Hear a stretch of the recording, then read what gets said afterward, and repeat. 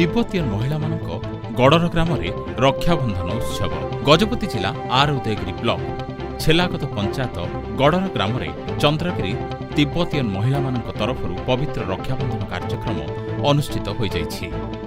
आसंताकाली रक्षाबंधन बा पवित्र राखी पूर्णिमा थिबा बेले आज गड़र ग्रामवासी सत्संग तथा सचेतन कार्यक्रम थिबा बेले तिब्बतीयन वोमेन एसोसिएशन रो चेयरपर्सन सिंगर यांजम मेंबर पमासोम कोषाध्यक्ष पोमा भोजे ग्यासम दिगी जोगदे ग्रामर वार्ड सभ्य मोहन पटनायक पूजक रघुनाथ दास सेक्रेटरी दंडपाणी माझी सत्संग पूजक जुरिया नायक को राखी बांधिथिले।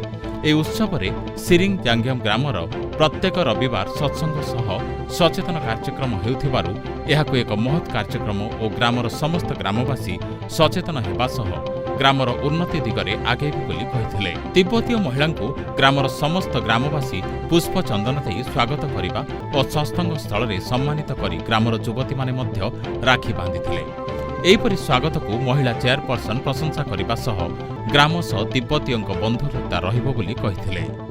मंच परिचालना सांबादिक बुबुला सेट्टी करिथिबा बेले सांबादिक सीमा पूजारी सहयोग करिथिले। मोहनारू अंशुमान पंडाଙ୍କ रिपोर्ट स्वस्तिक न्यूज।